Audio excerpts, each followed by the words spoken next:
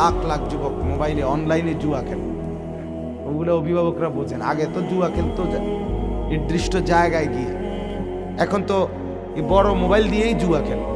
এই সেদিনও আমার কাছে এক ছেলে আসছে অনেক উত্তরবঙ্গ থেকে, আইসা জড়ায় ধরে আমারে কাঁদতেছিল যে অনলাইনে জুয়া খেলে 2.5 লাখ টাকা বাবার নষ্ট করে দিয়েছে। তার বাবা ঘাড় ধাক্কা দিয়া বাড়ির থেকে বের করে দিয়েছে। তাইলে লাগাম ছাড়া এক জিন্দিগির কোনো হিসাব কিতাব নেই, জীবনের কোনো লক্ষ্য উদ্দেশ্য নেই। এর কারণটা কি? পৃথিবীর সব নারী যদি তাকে উলঙ্গ করেও দেখায়, তারপরও তার শখ মিটবে না, আরো দেখতে চায়। পৃথিবীর সব নাচ গান যদি সে দেখে, তবুও দেখতে চায়। কেন? তার কলিজার ভিতরে আখিরাত। মৃত্যু পরবর্তী কোনো অনুভূতি নাই। না তাকে এটা শেখানো হয়েছে, না তাকে এটা বোঝানো হয়েছে, না তাকে এটার উপরে প্রেসার দেওয়া হয়েছে। অভিভাবক বলেন, পাড়া বলেন, সমাজ বলেন, মহল্লা বলেন, সবার ফিকির একটাই, কামাই রোজগার করে কি, টাকা পয়সা কিছু উপার্জন করে। সবাই মিলে এটার বুদ্ধি, বাবা কিছু করো, দেশে থেকে কাম করো, নাই তো বিদেশ যাও, পয়সা রোজগার করো। যখন দেখে পয়সা রোজগার করতেছে, এবার তার চরিত্র আছে না নাই এটার আর দেখার দরকার। টাকা রোজগার করতেছে, খালাস। এবার নামাজ পড়লে পড়ুক, না পড়লে না পড়ুক, হালাল উপার্জন করুক আর হারাম করুক, কোনো বাজ বিচার নেই। টাকা দিচ্ছে আমাকে, বাপে আরামসে বাড়ি করতেছে, জমি কিনতেছে, বিল্ডিং বানাইতেছে, আপেল খাইতেছে, মালটা খাইতেছে, মাছ গোশত কিনে খাইতেছে। জিজ্ঞাসা করার প্রয়োজনও বোধ করে না যে বাবা তুমি যে ইউরোপের এই টাকাগুলো কামাইতেছ লাখ লাখ, কেমনে? এমনও তো অসংখ্য যুবক আছে, অসংখ্য আমাদের জানাশোনা, যারা একেবারে খোলামেলা বার, যেখানে সম্পূর্ণ উলঙ্গ নারীরা পুরুষরা জিনা ব্যভিচার করে, নাচে গায়, সেখানে মদের বোতল হাতে দাঁড়ায় থাকে। যতবার প্রয়োজন হয় তাদেরকে বোতল থেকে মদ সরবরাহ করে, এটাই তার চাকরি, এখান থেকেই লাখ লাখ টাকা বেতন ইনকাম। এখন আপনার কাছে কি মনে হয় টাকাটা? তাহলে এটা দেখার কি কোনো প্রয়োজন ছিল না? নাকি শুধু টাকা হইলেই হল? এরপরে গ্রিন কার্ড নেওয়ার জন্য, মানে নাগরিকত্ব, ইউরোপের অসংখ্য ছেলে চুক্তিভিত্তিক বিয়ে করে ওই দেশীয় মহিলাকে। বাড়িওয়ালারা এটা জানে না, মেয়াদ ভিত্তিক বিয়ে করে, মানে কার্ড হওয়ান পর্যন্ত, 2 বছরের, 1.5 বছরের, 3 বছর, মানে কার্ড পাওয়া পর্যন্ত। আপনি বলেন, এরপরে টাকা রোজগার, এটা কি হলো? ইসলামে এর কি কোনো অনুমতি আছে? যাই হোক, আমি বুঝাইতে চাইলাম, উদাহরণ দিলাম আর কি। এছাড়াও আছে বহু কিছু, এমন জিনিসও আছে আমরা জানি যে মুখে বলার ভাষা নেই। বিদেশি বহু মানুষ আলহামদুলিল্লাহ আমাদের সাথে কথা বলে।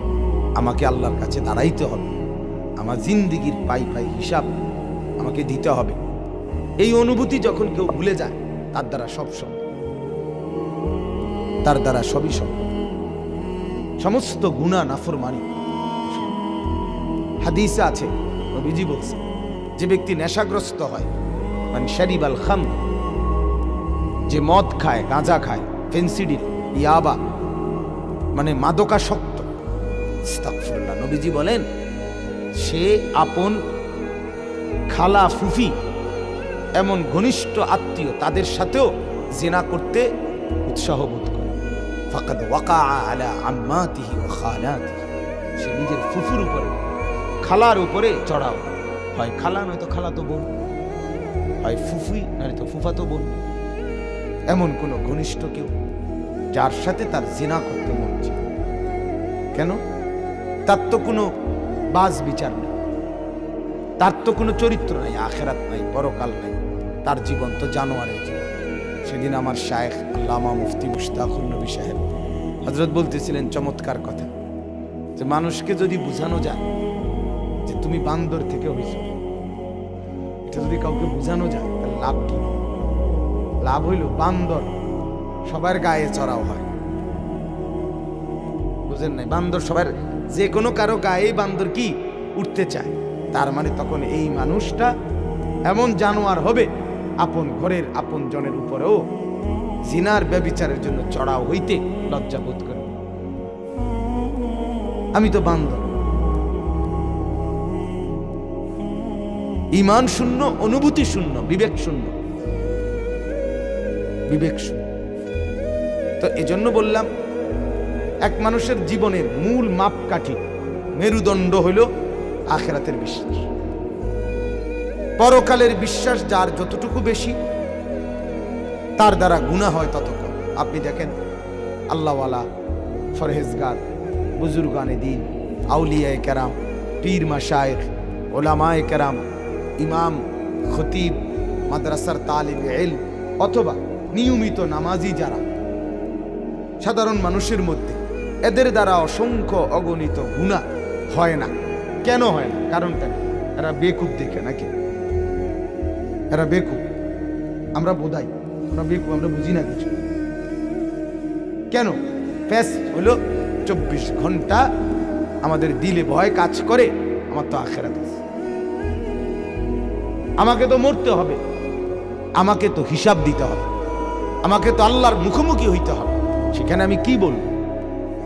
সেখানে আমি কিভাবে বাঁচব? এই বিশ্বাস, এই অনুভূতি তাদেরকে গুনাহ থেকে বাঁচায়, আমলে উৎসাহিত করে। কনকনে শীত, ঠান্ডা, এর ভিতরে দিয়ে ফজরের নামাজ পড়ে, খামখেয়ালি কথা। ঠান্ডা কুয়াশার ভিতরে, হাড় কাঁপানো শীত, সেখানে তারা বছরের পর বছর আলেমরা, আউলিয়ারা, বুজুর্গরা, নিয়মিত নামাজি, কত মুরব্বী চাচা, এ বয়স্ক লাঠি ভর দিয়া ঠক ঠক করে কষ্ট করে ঠান্ডার মধ্যে ফজরের নামাজে যায়। অথচ 30 বছরের দামরা জানোয়ার জীবনে কোনোদিন সেজদা দেয়। 25 বছরের তাগড়া, যার শরীরে যৌবন, শক্তি সব আছে, কিন্তু এই জানোয়ারের মনেও হয় না আমার ফজরের নামাজ পড়া উচিত। কেন? ওই যে আখিরাত ভুলে গেছে। কি ভুলে গেছে বলেন? আখিরাত। দুনিয়া ঠিকই বুঝে, ইয়ালামুনা যাহিরাম মিনাল হায়াতিদ দুনিয়া ওয়া হুম আনিল আখিরাতি হুম গাফিলুন। আল্লাহ তাআলা বলেন, এরা তো দুনিয়ার বাহ্যিক অংশ, উপরের অংশ তো খুব বুঝে, কিন্তু আখিরাত থেকে গাফিল, আখিরাত থেকে গাফিল। এজন্য আখিরাত যদি কেউ ভুলে যায়, দুনিয়াকে নিয়ে ব্যস্ত হয়ে যায়। কোরআনে আছে, কাফের, নাফরমান, পাপীদের মূল বক্তব্য কি? আল্লাহ বলছে, ওয়াকালু মা হিয়া ইল্লা হায়াতুনাদ দুনিয়া। বেঈমানের মূল বক্তব্য কি? নাফরমানের মূল বক্তব্য, আল্লাহ বলে যে নাফরমানের মূল কথা হলো জীবন কেবলই দুনিয়া, জীবন কেবলই কি? এটাই, দুনিয়াটাই। এখন যে আমি বেঁচে আছি, আরাম কিংবা ব্যারাম, সুখ কিংবা দুঃখ, আনন্দ কিংবা বেদনা, প্রাপ্তি কিংবা অপ্রাপ্তি, পাওয়া কিংবা না পাওয়া, চাহিদা পূরণ হওয়া কিংবা না হওয়া, সব এখানে, এখানে। এটাই সুখ দুঃখ, এটাই আনন্দ বেদনা। না মুতু ওয়া নাহিয়া, এখানেই মরবো, এখানেই বাঁচবো। অমা ইউহলিকুনা ইল্লা দাহর। আল্লাহ বলে, বেঈমান বলে, কালের পরিক্রমায়, সময়ের আবর্তনে আমরা ধ্বংস হই। অর্থাৎ বাচ্চা হইছে তো হায়াত বাড়তে বাড়তে সময়ের আবর্তমানে একদিন শেষ হয়ে যায়, নতুন কেউ জন্ম নেয়।